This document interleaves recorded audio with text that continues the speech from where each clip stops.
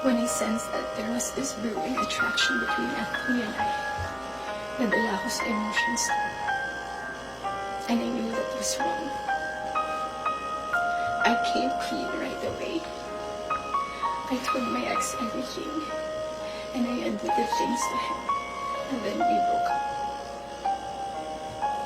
It wasn't easy. It was very hard for me, too. I announced the breakup. The reason why I became so emotional during the interview because I was holding back a truth. Yun yung totoo.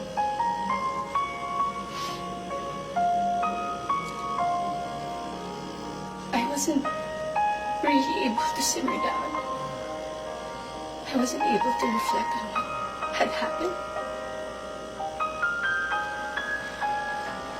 I was working every day for days straight, weeks straight, months straight. Bago nagsimula yung mga daming trabaho namin, I told Anthony that I broke up with my ex. And he also said the same thing.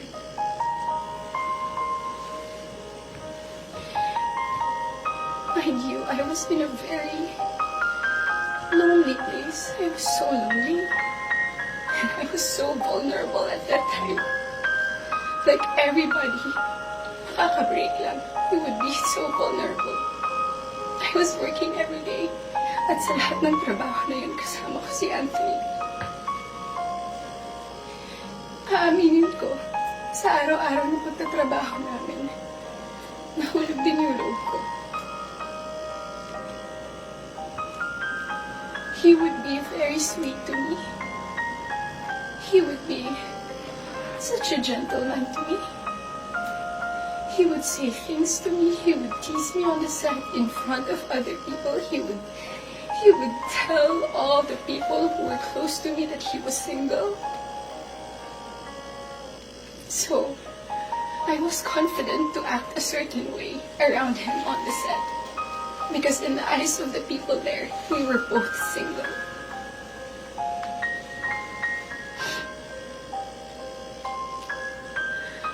Araw-araw kami nagtatrabaho, and September came. We went to Italy for our shoot sa teleserye namin na Incognito. And that doon nag-start na naging deep yung pagkakilala namin sa isa't isa. I really fell. Nung pauwi na kami ng Italy, it was my birthday. And we were stuck at the airport the whole day. He would say things to me that are sweet. He would say promises. We would tell promises to each other. And then nung pauwi na ng Italy, I felt so happy that I had to post something on my IG story just to appreciate him during that day. And then pagka-uwi ko, I think that the next 2 days, I saw a post or reposts ni Jam on TikTok. Nakita ko lahat yun. And at that time, yung time frame na yun, nasa screenshots din na nangamusta ako. I said, kamusta si Jam? Nangamusta ako kay Jam. It wasn't because dahil alam ko na sila pa. Dahil alam ko na she was going through something and Anthony had to take care of her.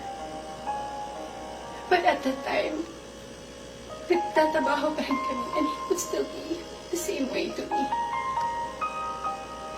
I would ask him. God knows I asked him.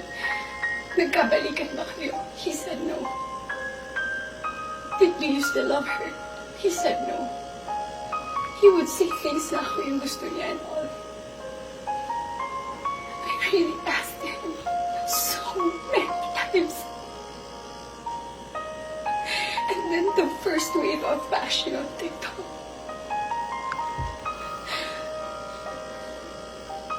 Yun para sa akin. I asked him, when are you gonna release the statement na wala na kayo? When? Because in the eyes of the public, you are taken. But I know that you're not. And you would be very sweet to me. When are you gonna release a statement? He would tell me he was waiting for the right moment. I didn't want to be pushy. I didn't want to aggravate things. So I waited and kept quiet. Because it wasn't my story to tell anyway. I kept quiet. October passed. We were working still every day. And then Halloween. It was the very first night we went out na nag-sweet kami sa isa't isa. The next day, Cham posted on her Instagram story. There were no names mentioned. There were no names, but people were insinuating that it was Anthony and I. So the waves of bashing came again. I asked him again, when are you gonna release it? And God knows how many times I begged for a statement. I begged him to fix this because I was so tired of getting bashed. He said, wait, he's waiting for the right moment. I waited. I still kept quiet. I really wanted to speak up. But it wasn't my story and I would look really pathetic. Days went by. The press con of Incognito happened. He released a statement. To me, it was too late. Because at that time, I was slowly distancing myself from him romantically. The infatuation and the attraction died. But thank you for the statement. I thought everything was in the clear. I thought everything was gonna be okay. Ilang days nung lumipas. The screenshots.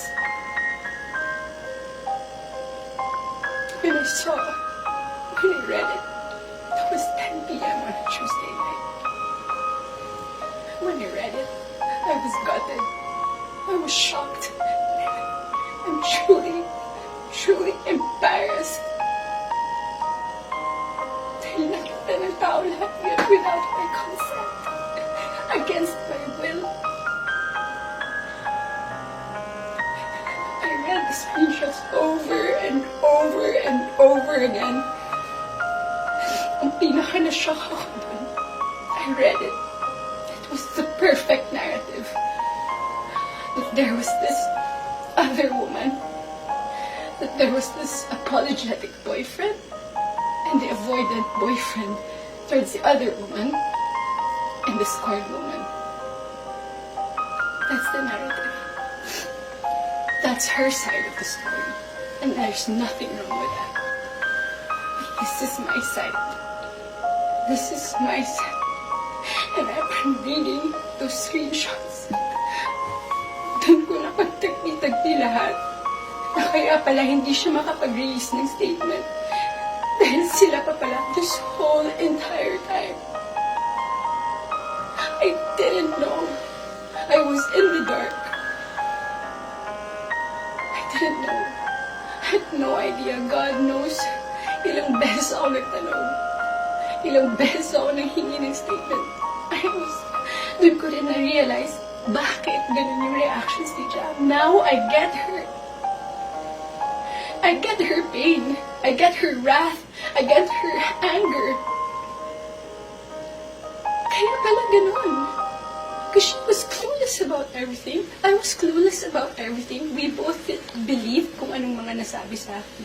Maybe iba yung sinabi sa kanya. And I can attest that iba yung sinasabi sa akin. That's my side of the story. I have so many things to say.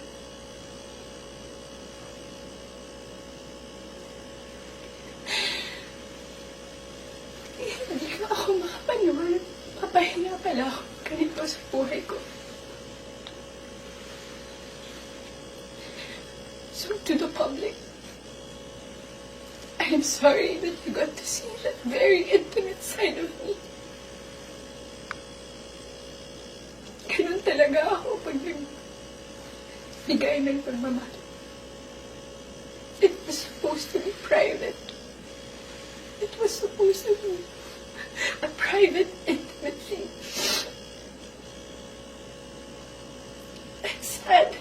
I'm sad na nakita yun ng tao. And yes, I don't want to play the victim here. Nagkamali din talaga ako. And I want to say sorry to those people I have hurt.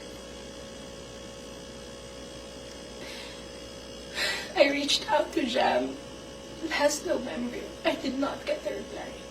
I think that was last November. Because I wanted to know what's up. So, I'm sorry. Most especially, I'm very sorry. I'm truly sorry to those people who supported me for 10 years. Alam nila lahat na ginapang ko yung career ko. Mapunta lang sa kung saan ko gusto. Ginawa ko lahat. Hinihirapan ko lahat sa tulong nila. Nagagawa ko yung mga gusto. I don't know where I'm gonna go. I don't know saan ako